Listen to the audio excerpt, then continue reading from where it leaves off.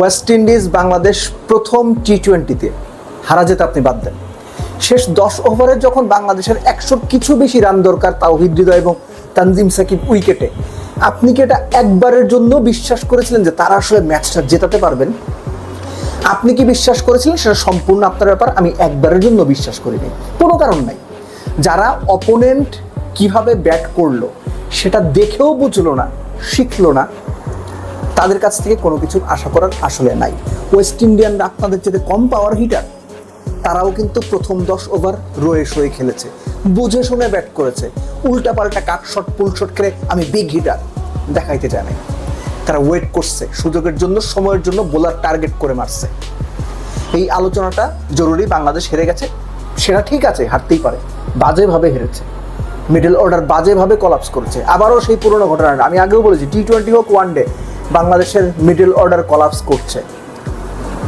গুরুত্বপূর্ণ প্রশ্নটা হচ্ছে, সাদা বলের ক্রিকেটে ওয়ানডে টি-20 দুই ফরম্যাটেই পুরো মিডল অর্ডারকে বাংলাদেশের রিপ্লেস করতে হবে কিনা।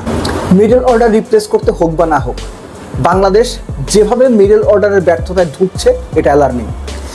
এই যে ওয়েস্ট ইন্ডিজের ব্যাটিং ইনিংসটা 165 করলো, শেষ 3 ওভারে তারা কত করলো? 51 রান করেছে। মুস্তাফিজের ওভারে 14, তাসকিনের ওভারে 15, শেষ ওভারে 22, 3টা ছক্কা। রফম্যান পাওয়েল 17 বলে 8 রান ছিল, শেষ ওভারে 3 ছক্কা মেরেছেন। ওয়েস্ট ইন্ডিজ পাওয়ার পেতে 35 তুলেছে, 10 ওভারে তাদের রান 60 হয় নাই। ওই যে ক্যালকুলেশনটা করে নিয়েছে, ঋষাদ যখনই বোলিংয়ে এসেছে তারা অ্যাটাক করেছে। এই যে ক্যালকুলেট করা, কাকে কখন মারবো, খেলাটা ডিপে নেওয়া, প্রয়োজনে আমি শেষ 3 ওভারে গিয়ে 60 রান তুলবো। ওয়েস্ট ইন্ডিয়ানরা খুব ভালো জানতো তারা অনায়াসে শেষ 3 ওভারে গোটা 5-6 ছক্কা মারতে পারবে, মেরে দিছে। যখন 165 হয়ে গেল তখন কিন্তু বাংলাদেশ চাপে। অথচ বাংলাদেশ এই যে ওয়েস্ট ইন্ডিজের ব্যাটিং এর ধরন সেটা দেখেও শিখল না। উইকেট যেমন এখানে 160, আমার মনে হচ্ছে খুব বেশি রান না। বাংলাদেশের এই রান চেস করা উচিত ছিল। সমস্যাটা কোথায় হলো? স্টার্টটা ভালো হলো। স্টার্টটা ভালোর পরে আমরা একটা কথা প্রায় বলি, বাংলাদেশের ব্যাটাররা, বোলাররাও, ব্যাটাররা মেইনলি ক্যারিড অ্যাওয়ে হয়ে যান। এই যে ধরুন আমি শট খেলছি, খেলতেই থাকবো, কোন বল, কোথায় ফিল্ড সেট আপ, কি প্ল্যান অপোনেন্ট করছে, চিন্তা ভাবনা কোনো বালাই নেই।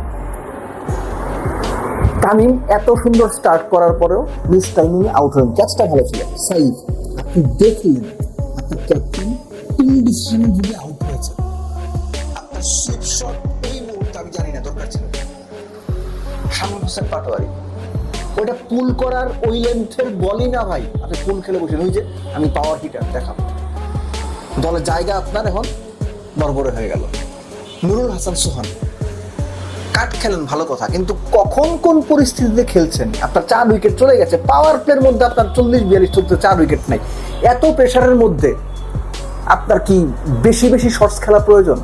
ওয়েস্ট ইন্ডিয়ানরা কিন্তু সেটা করেনি, রয়েছে সামনে খেলেছে, সোজা খেলেছে, ভিতে খেলার চেষ্টা করেছে, শর্ট বল একের জন্য খেলেছে, বড় শট খেলার দিকে তারা শুরুতে সেভাবে ট্রাই করেন। বাংলাদেশ কিন্তু সেটা করেনি। মারতে হবে, বাজেভাবে হেরেছে বাংলাদেশ। বাজেভাবে মারতে গিয়ে উল্টো পিটুনি খেয়ে মাঠ ছাড়তে হয়েছে।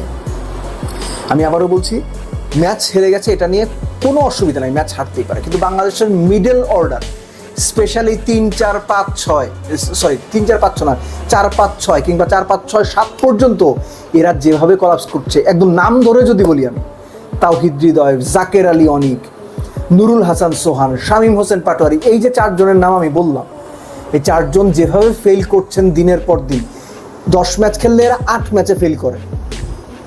এদের নিয়ে বাংলাদেশ টিম ম্যানেজমেন্টের অ্যাকচুয়ালি একটু সিরিয়াস তোতে ভাবা উচিত, কারণ সামনে টি-20 বিশ্বকাপ, তাদের নিয়েই যদি ক্যারি অন করতে হয়, আপনারা বিশ্বকাপের আগ পর্যন্ত তাদের খেলান, যেমন পারফরমেন্সই হয়।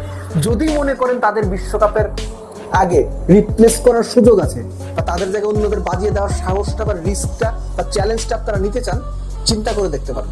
যদি রিস্ক নিতে চান তাদের নিয়ে ক্যারি করেন, আর যদি মনে করেন যে না, এদের অবস্থা তো ভালো, নাম বিশ্বকাপে আবারও ভরাডুবি হবে, তাহলে কিছু নাম সামনে আছে, যেমন ইয়াসির আলী চৌধুরী রাব্বি, আকবর আলী, এই নামগুলো নিয়ে একটু চিন্তা ভাবনা করতে পারেন, দলে আনতে হবে। যেভাবে মিডল অর্ডার কলাপস করছে, এটা ভালো কোনো সাইন না। এটা দিনের পর দিন, সিরিজের পর সিরিজ হয়ে আসছে। কখনো টপ অর্ডারের কারণে, কখনো বাংলাদেশের বোলারদের সফলতার কারণে। লাস্ট সিরিজগুলোতে মিডল অর্ডার যেভাবে পরিমাণে খারাপ খেলেছে সেটা ওই পরিমাণে আলোচনা হয়নি, বা তাদের রিপ্লেস করার বা বাদ দেওয়ার বিষয়টা আলোচনা হয়নি। কিন্তু টি-20 বিশ্বকাপের আগে এই আলোচনাটা হোক বা না হোক, আলোচনাটা বা চিন্তাটা মাথায় থাকা জরুরি।